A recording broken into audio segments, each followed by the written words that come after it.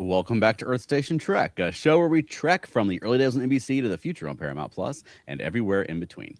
I'm Charles Kelso, and it's my privilege to introduce the Earth Station Trek crew, Keith Johnson. I love it. And joining us tonight is special guest Vandy Beth Glenn. Welcome back. Hey, everybody. Glad to have you.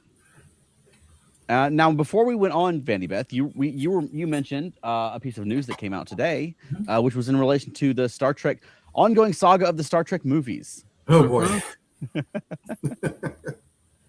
From what I saw, it looks like it's still in the works with the same writers. Really? Oh, so it's not really news. Well, it's news. I mean, anytime the Star Trek movie that's been in development of some kind for like 11 years. I think the fact that it's still in development with the same writers is news. It's the same guys that did that Dungeons and Dragons movie that was on Paramount Plus a year or two ago. Yeah. Oh, that was fantastic. Yep. And one of them was one of the stars of Freaks and Geeks a long time ago, which has nothing to do with his writing ability, but I find it cute that one of the Freaks and Geeks crew to be working on a Star Trek movie. John Francis Staley, is that his name? It may very well be. Yeah. Yeah, he's good.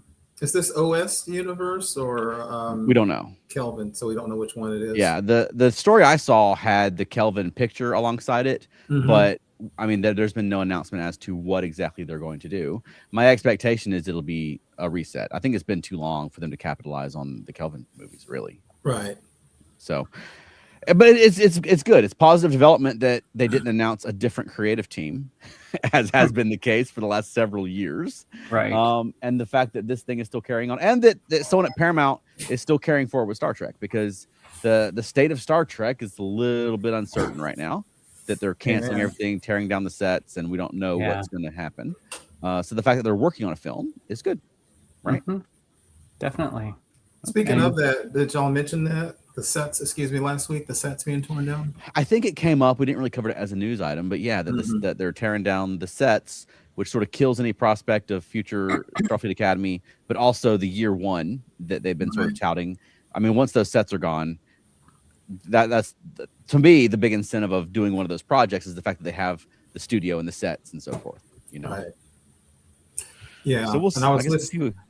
I was listening to a lot of the some of the actors and the showrunners to what you guys are saying about Academy. Even as little as 3 weeks ago, they were saying, "Well, the sets are still up. That's always a positive." And then I get online, it's they're tearing the sets down. So that's kind of that, right? Because the sets are a big investment for Academy in particular, but for Strange New Worlds also. I mean, for any Star Trek show, I think the old like the '90s shows, they would amateurize the cost of those sets across like 5 seasons.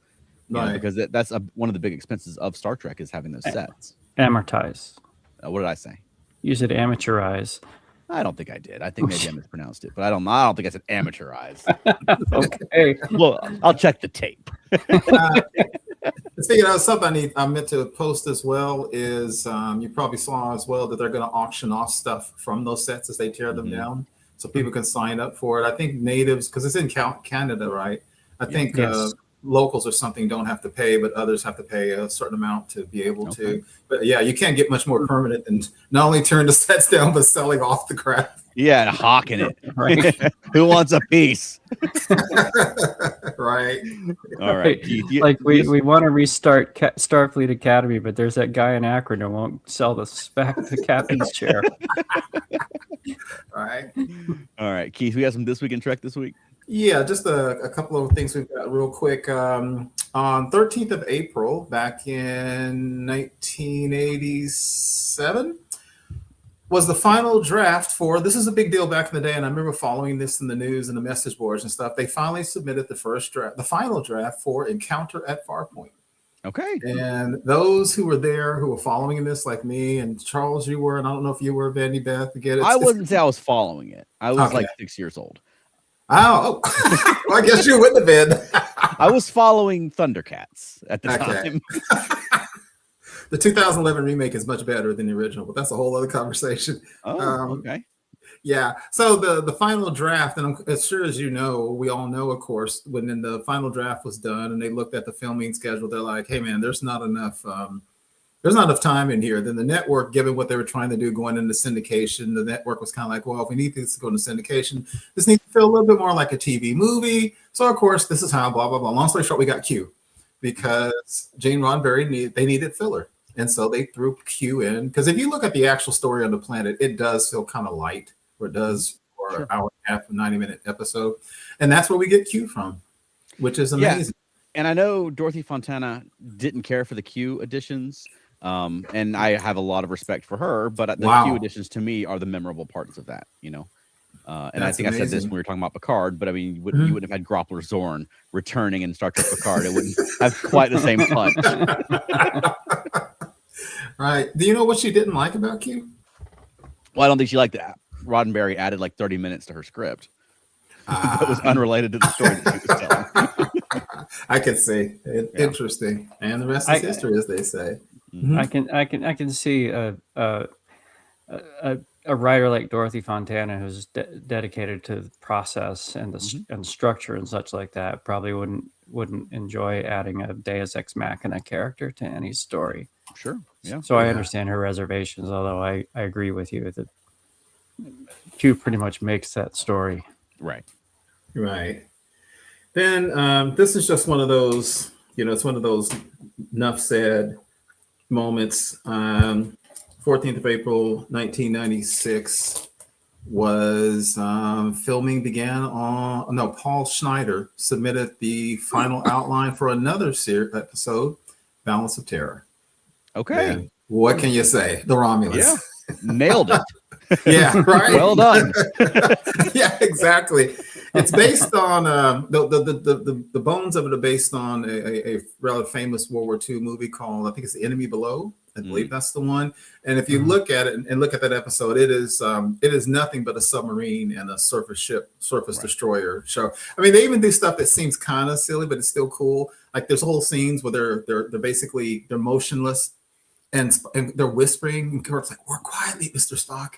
Because then obviously in a real submarine, the sound could carry through the water, but there's nothing like sound that can carry through space, but it works. It's an excellent episode. Yeah.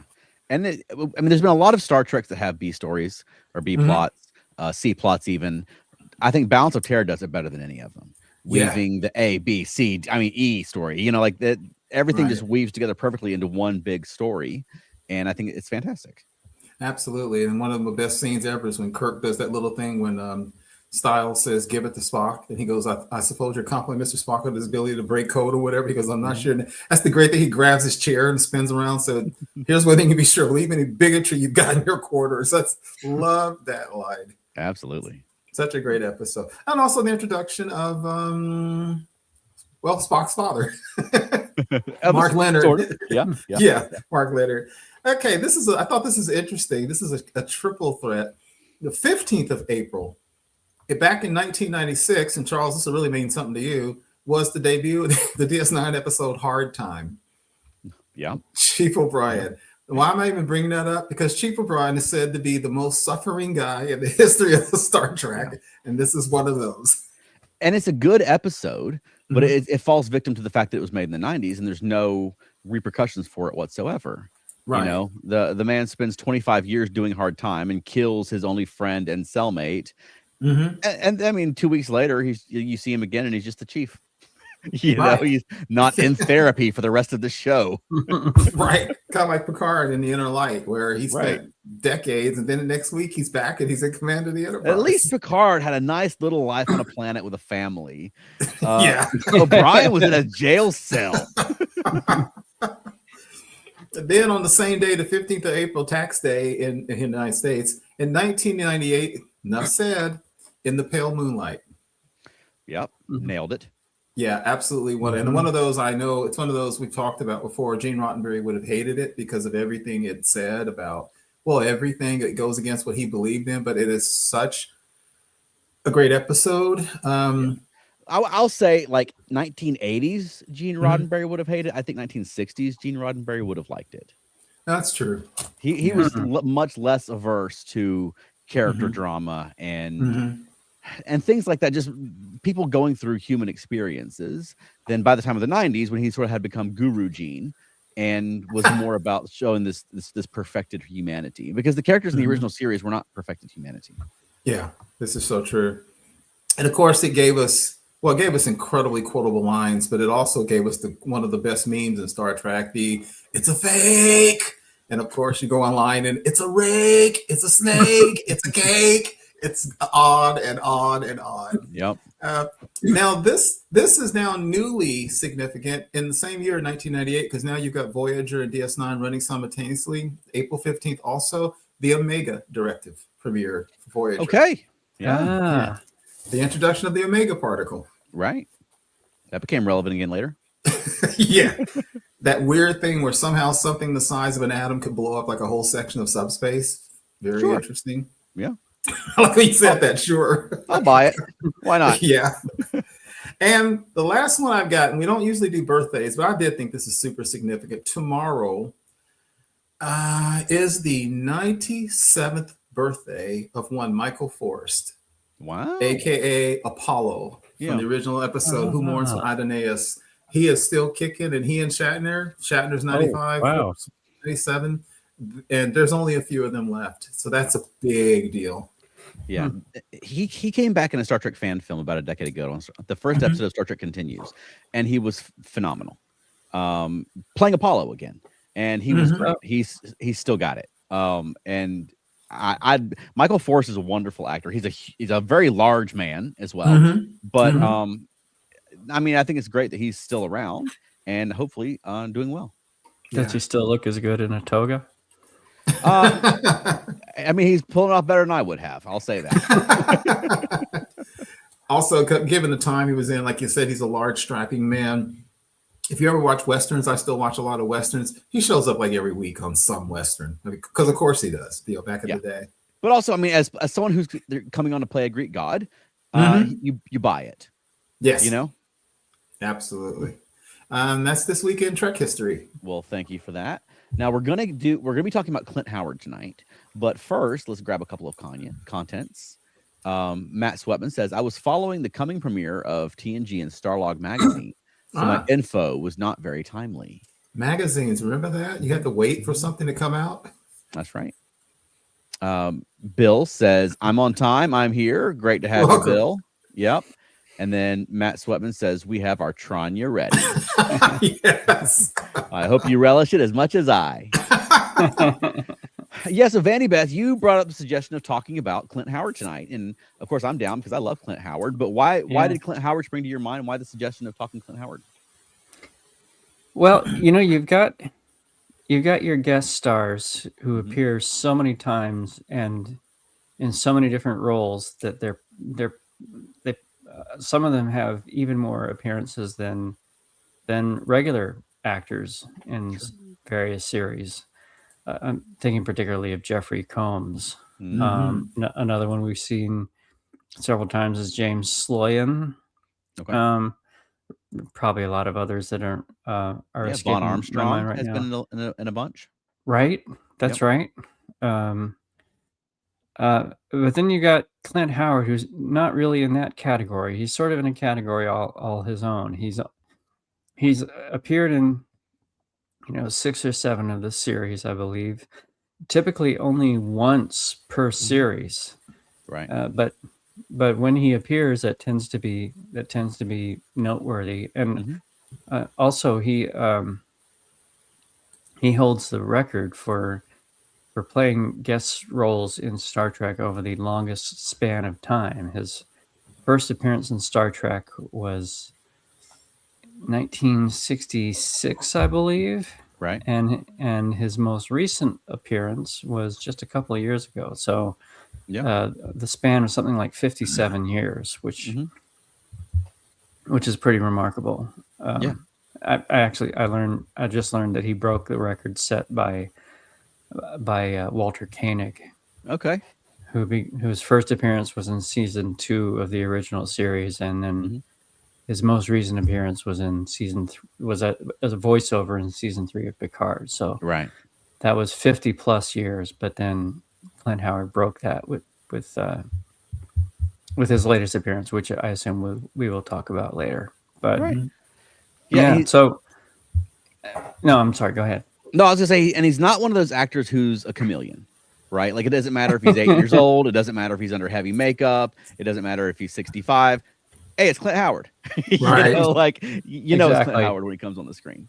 Right. But very memorable. Just a very memorable person. You know, I mean, I think his just demeanor is just memorable. He's just an odd guy. Mm-hmm. Exactly. He doesn't look like most people. Right. And so much so, in fact, that when I learned that he actually auditioned for George Lucas to play Luke Skywalker, Wow. I was kind of dumbfounded because, you know, he looks nothing like Mark Hamill, obviously. True. True. Even the very idea that that Mark Hamill and Clint Howard would have been auditioning for the same role. And they were both about the same age. It's kind of amazing. Yeah, and I can imagine studio executives would not want to be they wouldn't want Clint Howard on the poster or slapping his face on lunchboxes, you know. And no offense to Clint Howard, but he doesn't have the matinee idol kind of looks, right? Right. He is not conventionally handsome, as they say. Right. Keith, you familiar with Clint Howard? Oh yeah, it's funny. It's funny you mentioned that because I was thinking about they did a really interesting thing in his first Star Trek appearance, which is the Corbomite maneuver. Yeah. Obviously, that's not his voice, right. But it works because, like y'all are saying, his look is so interesting, and it makes him alien but relatable because he is literally a human infant. I think he's 6 or 7 years old when he films that episode.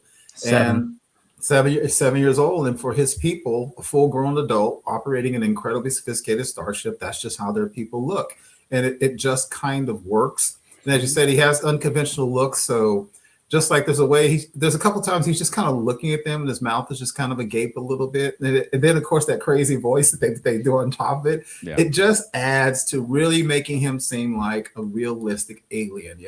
It's not a salt vampire. It's not the TNG era where people say they just glue crap on your forehead or your nose. It just kind of works, and so I just love all that. And I even like the little things like when they were getting ready to beam over, Scotty, I think, says, beam down low, gentlemen, because he's so small that he has a tiny ship, which is interesting. Right. Right. I just want to interject and say that I love that just by happenstance, the background photo I put on this has got Clint Howard peeking at us between our little boxes on my screen, which I think is cute. But I think part of what really helps the Clint Howard is, for one, the Corbomite maneuver is one of my favorite episodes of anything ever. I love the Corbomite maneuver. Yeah. But also, I love that Baylock is initially a scary, yes, especially if you're a kid. You know, like Baylock is a very imposing, maybe scary figure, and then you find out he's fake, and it's this kid, and this sort of like kind of kid.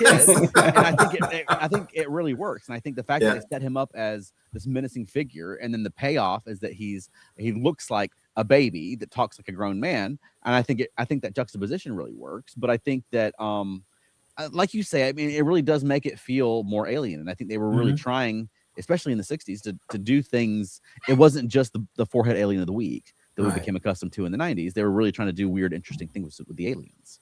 Mm-hmm. Yeah. One thing I like about that when they were talking to him, when they go on this ship, and it's a real quick, awesome science fiction thing, because he downloads everything from the ship. And then he quickly goes, and they talked about the Baylock puppet, basically. He says something like, in the mythology of your race, he would be Dr. Jekyll, or Mr. Hyde to my Dr. Jekyll, which means that he downloaded all the history and literature of Earth, and he processed it that quickly. And I love that. And then when they even asked him, why did he do that? He said, basically, you would never have been frightened of me because, again, of how he looks. But then look at that. He had a small scout ship that was basically as powerful as the Enterprise. Mm-hmm. So that ain't no joke right there. Right. But still in sort of a vulnerable, like in a physical confrontation, if they got on his ship, he doesn't stand a chance, right? He needs that technology, but also he needs to screen people before he invites them over, because you can't just invite anybody over to your ship if you get the physicality of a 7-year-old. It'd be very easy for various aliens to come in and manhandle you. Right. Let me grab a comment real quick from Matt Sweatman that says, Elaine and I met Clint Howard at Monsterama. barely. No one could find him when it was time for our scheduled photo op, and had to scramble when we saw him walking towards the photo room. Sounds like a Clint Howard story. Yeah. Right. So, about that appearance in the Corbomite maneuver, I did do a little bit of reading before the episode. Clint Howard was 7 years old, but he was already an accomplished actor. He had, of course, he was the little brother of Ron Howard, who played Opie in the Andy Griffith Show, and he had a recurring role on the Andy Griffith Show as a little kid named, I think, Leo. He would just appear from time to time and offer the main characters a sandwich, and they would gently turn down his offer of a bite of his sandwich. But and of course, Ron Howard, the acclaimed actor and director, has hired Clint Howard to be in several of his movies. Probably most noteworthy for this podcast, Apollo 13. Right. He played one of the men in Mission Control, but also their father, Rance Howard, was a character actor himself. Not as famous as his sons, obviously, but relatively successful. Right. But when Clint Howard booked this role, the Tranya, the beverage that they were calling Tranya, was actually pink grapefruit juice. Okay. Which Clint Howard hates. I'm with it. And he couldn't stop making a face whenever he sipped it. And his father took him aside and he said, "Hey, listen, this is acting. Really? You have to pretend you love this beverage, that it's your favorite thing to drink. If you can't do that, then maybe you're not cut out for acting." Holy crap. All that on grapefruit juice? Rance wasn't playing around. Exactly. Wow. And Clint Howard took that on board, and as we can see in the episode, Baylock really seems to be enjoying that Tranya. Yeah, relishing it, you might even say. That's right. That's right. I read in a review one time, someone had the line that said, Clint Howard is the only person who's happier than Ron Howard that Ron Howard is a famous film director. Because you're right, he makes appearances in many Ron Howard movies. Right. Yeah. But it's it's kind of not fair to put it in those terms, because Clint Howard's very, very talented. He has his own career separate from his brother. He doesn't have to rely on his brother to get parts. But the Baylock character is sort of in three pieces. There's the puppet that we see through most of the series. Right. I mean through most of that episode. And then we also see in the end credits. Right. Through the rest of the original series. And so that puppet kind of looms larger than just that particular episode. Yeah. Yeah. And in fact, if you'd seen the closing credits of the series but hadn't seen that episode, then you might think that was a representation of executive producer Herbert Solo. Yeah, we mentioned that on a recent show also in Vandy Beth. We were talking about that because as a kid watching that puppet was on so many episode endings. And to this day, I'm grown man. That puppet still unnerves me. To this day, it's just something weird about it, and it's one of the things I remember of Star Trek. That and that gorilla creature that Pike was choking in when the Telosian turned into that creeped me out as a kid. Okay. But to this day, that puppet kind of unnerves me because it's got that uncanny valley thing going on, so it still unnerves me. Right. And then the second of the three parts of Baylock is, of course, Clint Howard himself, embodying the adult character who is played by a small child. And then the third component is the voice. Clint Howard set all the lines on set, and then another actor lip synced over him. That other actor was Walker Edmiston, who was a very accomplished voice actor and regular actor, not only a voice actor, but he's probably his best known for playing Enoch in Land of the Lost. Wow. Okay. Oh, I didn't know that. Yeah, Okay. that's a connection. Who was the time lost scientist whose people either used to be Sleestaks or would one day become Sleestaks. Yeah, It was never quite clear on that, I don't think. But yeah, I think the way he traveled there thinking he was viewing his ancestors and discovered in his first episode that he was viewing the future of his people. It was Enoch the Altrusian. Interesting. I love Land of the Lost. I do too. I want to grab go ahead. Yeah. I was going to grab a comment real quick and say, Matt Sweatman says the Corbomite Maneuver is the first produced non-pilot episode, and it feels very different than most episodes. That's part of its charm, in my opinion. Amen. Sure. Yeah. All right. Well, I mean that's the Corbomite Maneuver. I think 2 thumbs up from me. Well done, Clint Howard, and the people who made the Corbomite Maneuver. Yeah, one real quick thing. It's weird, Vandy Beth. You were talking about how the voice actor, what they dubbed the voice. If you listen, you can tell it's dubbed. I mean, it kind of doesn't feel, but that works. Sometimes when it's not perfect, it works. That weird voice where you feel it's dubbed, it works because Baylock is an alien. It just kind of works somehow. Sure. Yeah. And it's a very punchy delivery. So it wasn't like he was trying to play a dramatic scene. It's very like. I'm Baylock. This is Tranya. Yeah, and I'd love to see the direction they gave him, because at the last one, when Kirk says, "I'll get a better officer back in return," and Clint Howard, which I was mocking, Clint Howard literally throws his head back, and just opens. Yeah, that's it. It's great. Then that voice is on top of it. Makes me laugh every time. Yeah, I would love to see Baylock come back in some capacity. Yeah, Clint Howard is still with us. Apparently he did. Like 20 years ago or so, there was a roast of William Shatner. Yeah, I haven't seen it, but they brought Clint Howard back as a full-grown Baylock who was addicted to Tranya.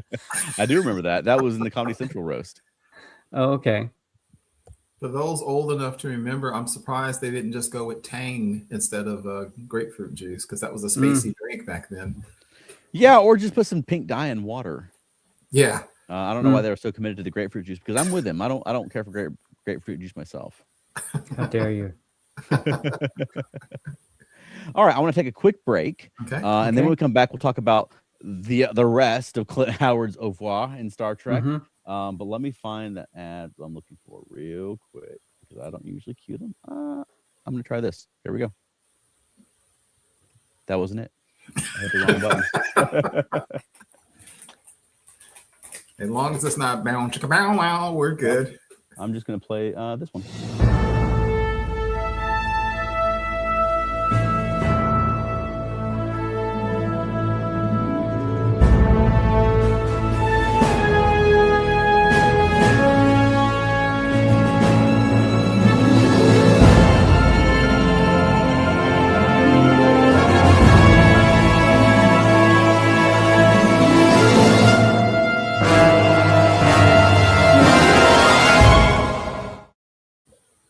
And if you're on the audio podcast, then you wouldn't have seen that, but that was an ad for Stellar Fest, which is going to be in just over a week. And I'll be there running the Star Trek track. Veronica will be there helping me out and doing panels herself. Alan will be running the Doctor Who track. Keith, you're coming, right? Vandy Beth, you're a maybe. I'm a maybe for Sunday. I definitely won't be there Saturday. Okay. Well, we hope to see you there. It's going to be a fun time. So everyone come out to Stellar Fest if you can.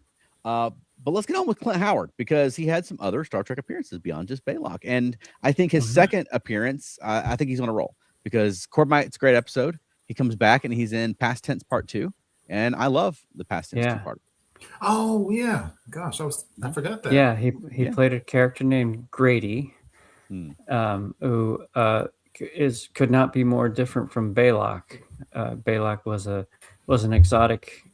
member of an exotic alien species. Right. Grady is just an ordinary human in the year 2024, the far past / future year of 2024.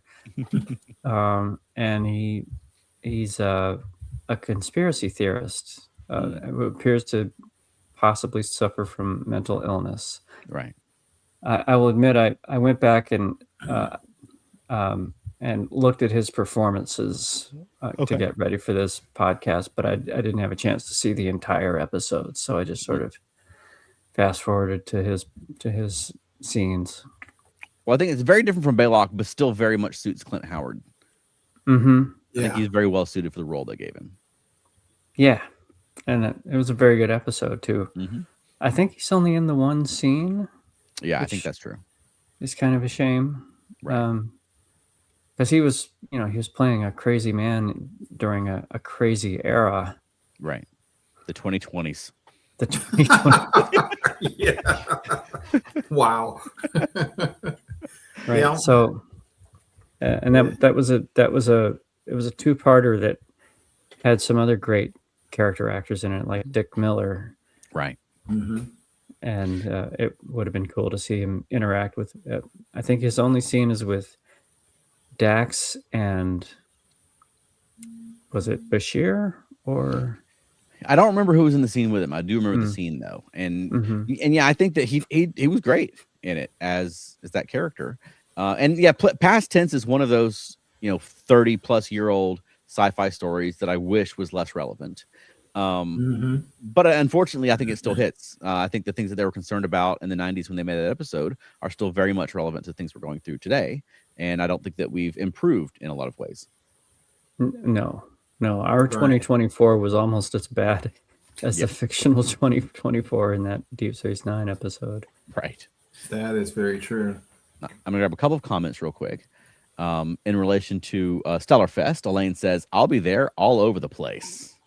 Excellent. And Bill says, Chuck, you might like a blend of 50-50 pineapple and grapefruit juice, which used to be available pre-mixed in big cans. Easy to try, just a shot of it at a bar. They usually have both juices.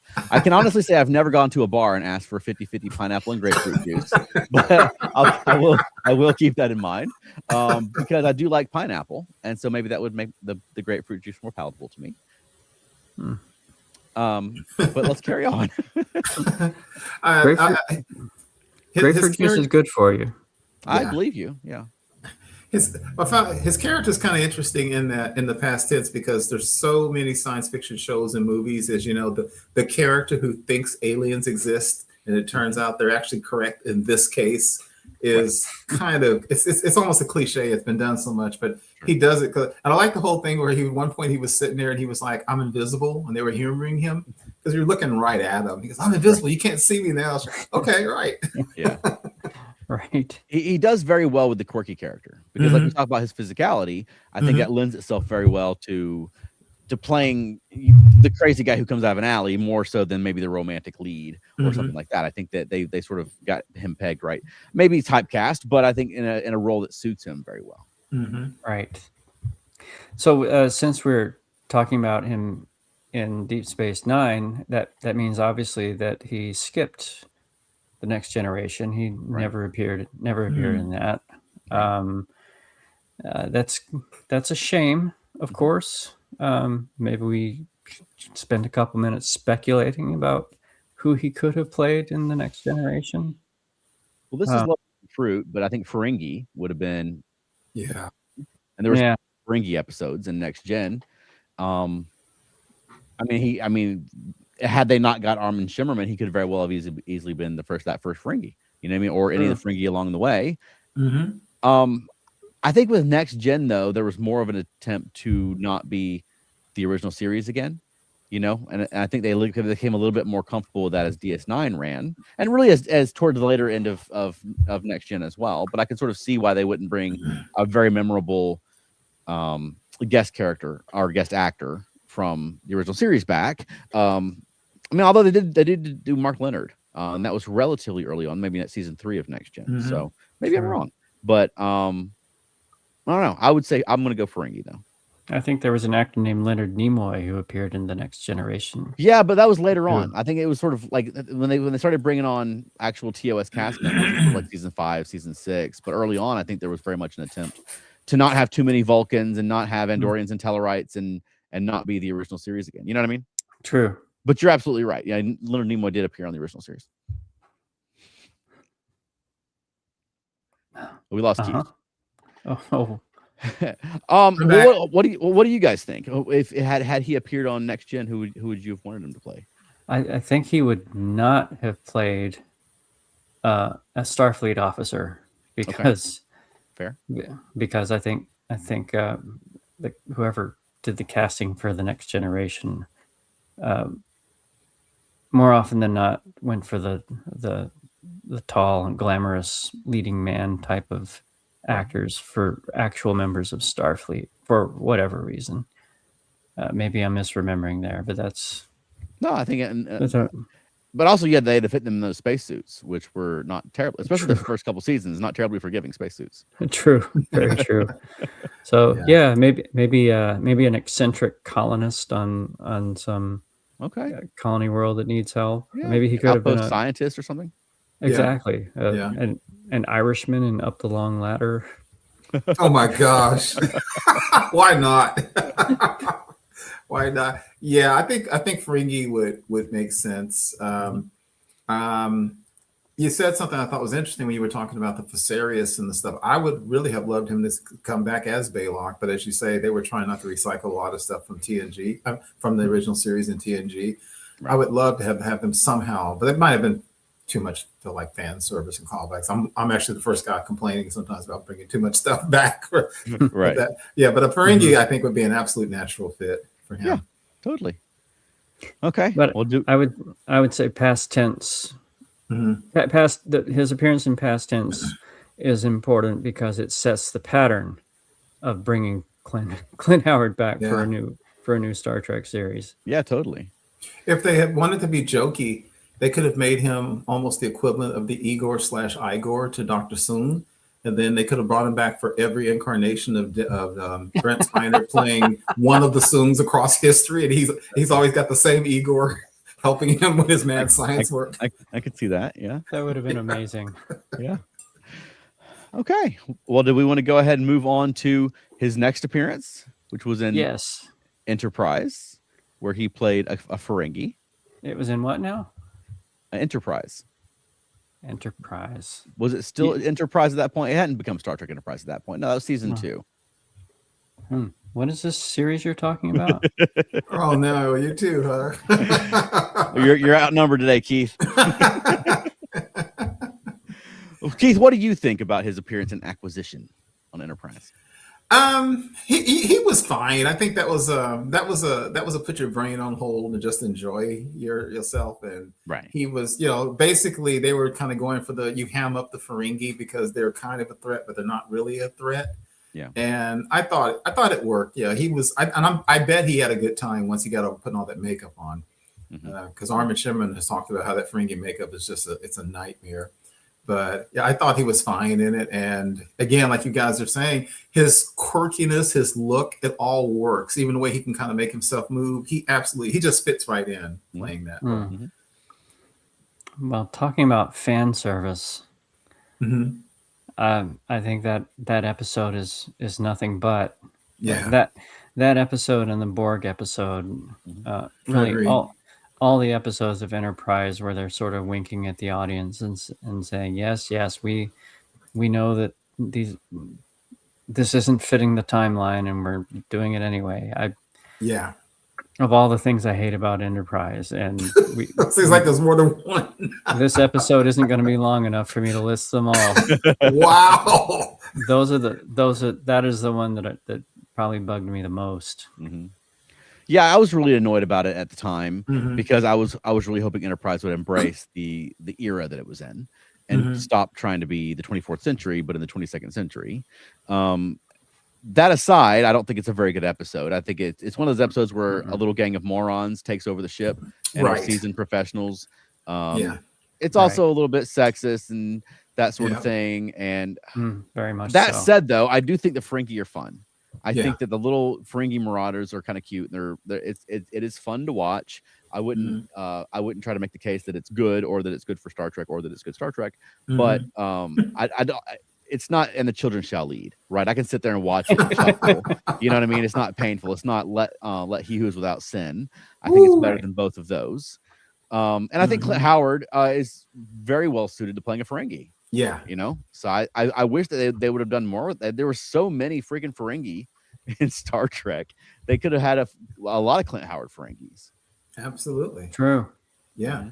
Mm-hmm. Yeah. But they didn't really need Clint Howard for that Enterprise episode. No. True. I mean, none of those actors were doing anything that called out for anyone's special talents or uniqueness. They basically could have put anybody in that makeup, and the episode wouldn't have been any different.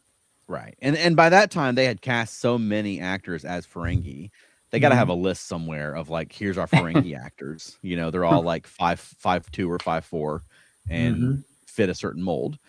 So, but you're right. I think it's probably another case of someone wanted to bring back Clint Howard. And Probably, thought, yeah. I'm sure there was somebody on the Star Trek team who was like, Clint Howard would be a great Ferengi. We should get Clint Howard as a Ferengi. Right. And was delighted to have. And I'm always delighted to see him, Yeah. And again, even under Ferengi makeup, it's like, oh, that's Clint Howard. He's very recognizable. Yeah. True. Yeah. Very true. I agree with you. Ironically, I absolutely love Enterprise, the series. But I agree with you. I agree with you, Vandy, but it's a completely throwaway episode and then they try to do that winking thing in a time where you have recording devices or people and blogs. They're kind of like, well, the reason nobody ever really knew about the Ferengi because they never once said their name in that entire episode. Right. It just kind of makes no sense. Even after they captured the Ferengi and made them give their stuff back, they never said, hey, what planet are you from, by the way? Right. Yeah, and Charles, you also make a good point. It's humor, but it's always a thin line between you have these incredibly brilliant and brave people, and then to make a show work, they got to kind of be kind of stupid for a minute and be taken over by these buffoons, right? But then they somehow turn the tide on them. It's a completely harmless, forgettable episode that, like you said, it's not terrible. And largely memorable for Trip Tucker running around in his underpants for the for a good half of the episode to save the Enterprise. Okay. Well, next up we had more of a cameo appearance, but he made an appearance in Star Trek Discovery. Hang on. Oh, I'm so sorry. No, you're leaving one out. Oh, am I? Yes, you are. It's not a Star Trek appearance as such. Okay. But Clint Howard, because of his association with Star Trek, was invited to play a guest role in an episode of Fringe in 2009. Interesting. And I don't know if you've seen. I don't know if you've seen Fringe. If it's a show that you are a fan of. I'm familiar with it, but I've not watched it through. Okay. Same here. I like it. Well, Never finished it. Yeah. Well, it's he plays a role that kind of calls back to his role in Deep Space Nine, because the Olivia, the FBI agent played by Anna Torv, and Joshua Jackson, who plays Peter Bishop, the civilian consultant, are investigating something. It's near the end of the first season of the series Fringe, and they go to meet a man named Emmanuel Grayson, who's talking to them about, I don't know, aliens or alternate worlds or whatever, the thing that Fringe was about. Right. And in the course of their conversation with him, they learned that he believes himself to be a son of Sarek. Oh. And Peter Bishop says, "Oh, well, then that would make you Mr. Spock, wouldn't it?" And he says, "Yes, I'm Mr. Spock." Really? Okay. So is this after Nimoy was on the show? Yes, because well, J.J. Abrams made Fringe after he made the first Kelvin movie. Right. So Leonard Nimoy was making cameos in Fringe pretty much all through the series. Okay. Beginning very early on in the first season. So yes, he would have appeared by this time. And J.J. Abrams was doing Star Trek. That's how he knew Leonard Nimoy. And because he was the Star Trek guy at the time, everyone thought it would be a neat idea to bring in Clint Howard. So they brought in Clint Howard, basically playing a mentally dodgy person like Grady was in that Deep Space Nine episode. And Peter and Olivia come and talk to him, very much like the main characters in Deep Space Nine came and talked to Grady in that episode. So that's kind of interesting. Yeah, maybe more of a fun fact than anything else. But it says the character referenced Sarek, and they mentioned Spock. Therefore, I guess his last name of Grayson is not a coincidence, huh? Right. Exactly. I thought about that when you said Grayson, thinking Amanda Grayson. So makes sense. Interesting. Yep. Okay, well, that's interesting. And then from there, made an appearance on Star Trek Discovery.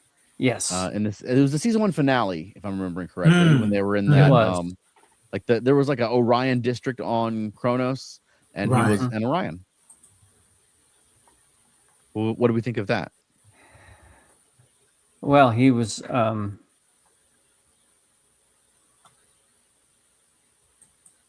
Tendi would probably not have liked him because he lived down to some of the worst stereotypes of Orions. Right.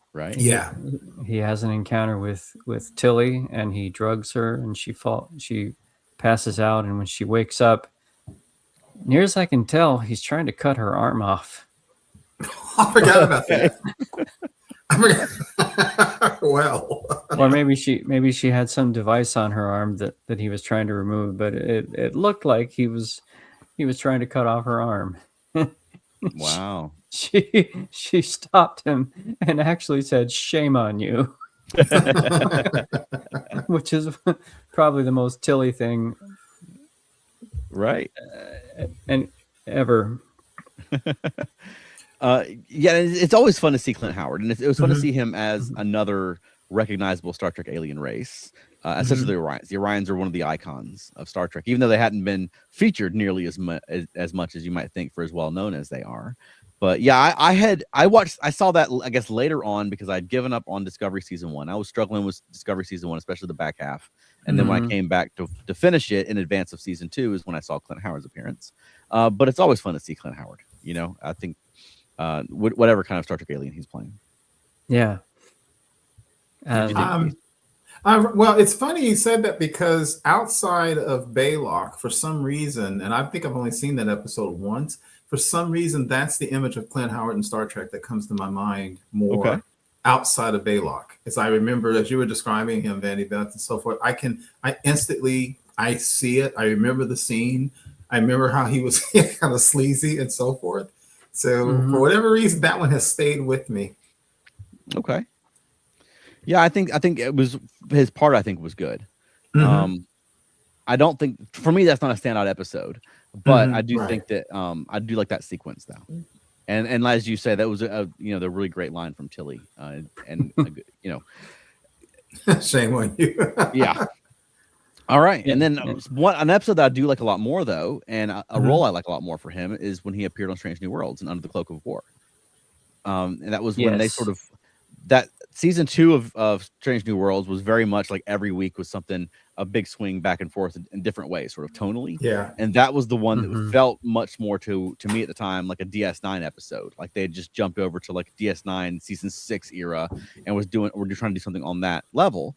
And I thought they did a very good job of it. And I liked his performance and his portrayal. And I really enjoyed the fact that Strange New Worlds went to the trouble of bringing back an actor from the original series to make an appearance, because that show is so rooted in the original series. Right. Yeah. Commander Buck Martinez was his name. He was, I guess he was a doctor. I don't remember if they ever actually call him a doctor, but at any rate, he was running the field hospital on that planet during the Klingon War. It reminded me kind of less of Deep Space Nine and more of those episodes of MASH, when the main characters got sent to a field medical station closer to the front than their MASH unit. Right. And it's a good call. It was good. It's probably the most heroic character Clint Howard has ever played in Star Trek. Yeah, because he's a he's a good man working under terrible circumstances, and of course he's not the lead character of the episode. Mabenga and Chapel are, right, but he has interactions with both of them, and it's a really good character. Mm-hmm. Totally. A character I wanted to see again, frankly. Yeah.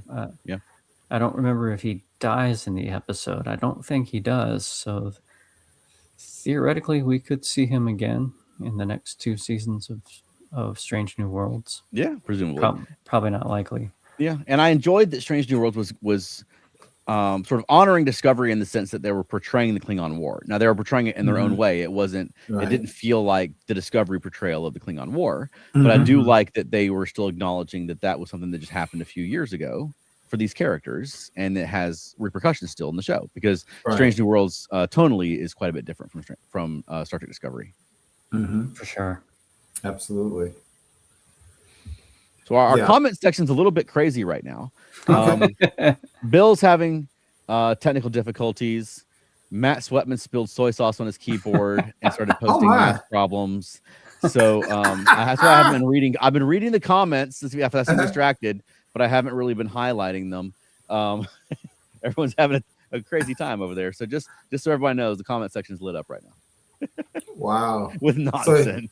So evoking the name of Clint Howard brings you bad luck? Like Candyman or something? Keith, what did you think about Under the Cloak of War? I enjoyed that episode. I remember us talking about it because that was one of those where, for a whole bunch of people, fans, you either got on board with Strange New Worlds or you didn't because of everything. Because Mabinga is not the Mabinga of the original series, and that's not the Nurse Chapel, the original series. And then you find out what kind of what Mabinga was like, and he's like this black ops wet works guy in addition to being a doctor. And it's a really good episode. Whether one would write it like that or not, they put their stamp on it. And so that's one that that's an episode I can go back to and enjoy it. And frankly, sometimes Star Trek like that should make you, frankly, maybe say, I don't know if I would have written it that way. That's sometimes what you want, is it makes you discuss things and think about it. Because if everything's a rubber stamp of TNG, that it's going to get boring after a while. And I think a lot of fans kind of don't realize, well, some fans say they want that. I don't know if they really want that. So I think it's a good episode. Well, he never appeared on Voyager, and sort of similar to TNG. Like, who would you have liked for Clint Howard to play on Voyager? Neelix. Okay, he could have played Neelix. Yeah, or a Talaxian. Yeah. A Talaxian absolutely would have worked because they would show up every now and then, and they were kind of goofy too in a lot of ways. The Talaxians, most of the time. Kind of, yeah. He absolutely could have done that. I would not have wanted to see him as a Borg. No, I can see that. There was that one goofy episode. Remember where I think it was Neelix went into the holodeck with some goofy fantasy, like a fairy tale child story for Naomi Wildman, Flopper or Flooper or Fluger or whatever. I could see him showing as just some character, a random character in the background. Almost like a Midsummer Night's Dream, like he could be like one of the little fairies or whatever in Midsummer Night's Dream, just some character. I could see him throwing, doing some kind of weird cameo there. Yeah, that would have been good. Totally. Now I'm thinking about y'all kept talking about his look.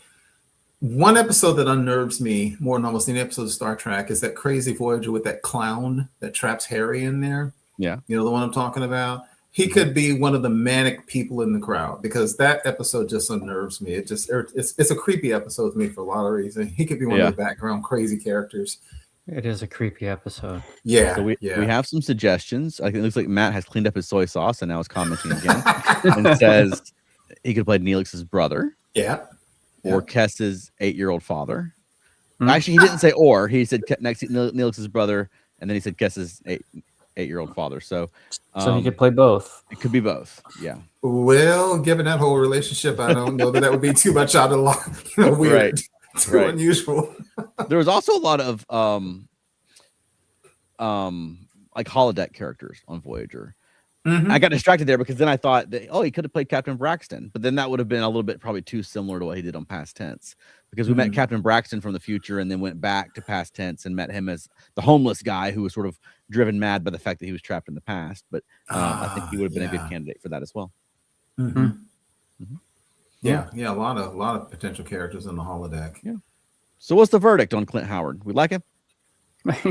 Yeah, he's pretty good. Yeah, I like Clint Howard. Go ahead, Ben. Yeah, I just wanted to say, if we back up just a little and go back to his appearance in Discovery, maybe it's because that scene was kind of dark, but he was playing an Orion, but he did not look green. His face looked more grayish. Okay. And I wonder if that was a decision that they made, if it is just because the scene was lit darkly, or if maybe Clint Howard didn't want to put on the green makeup, or if they were telling us that some Orions are gray. Could be. Yeah, now they did also like to crank the color grading and desaturation on Discovery, so that you're right, that could be a contributing factor also. But yeah, I mean, there could very well be gray Orions. I can see that. Yeah, no rule against that one. I think. Yeah, I think I recently, a few months ago, I had a long series of conversations with my wife and a friend about what is the definition of a character actor. And for some people, that is such a weird dividing line. There are some people who call themselves, there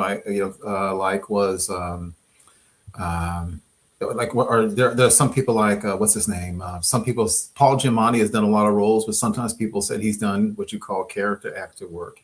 And Robert Duvall has done a lot of leading roles, but sometimes I've seen him described as a character actor. With Clint Howard, I see, at least in the Trek world, I see a character actor, and I understand in that case what that character actor is, and he does a good job with what that is. They're often kind of one note, but he makes it work.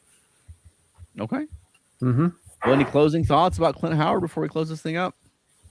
I hope we see him again in a Star Trek project. Same here. I agree. All right. Well, Vandy Beth, where can people find more of you? Well, my day job is at the Alpharetta Branch Library.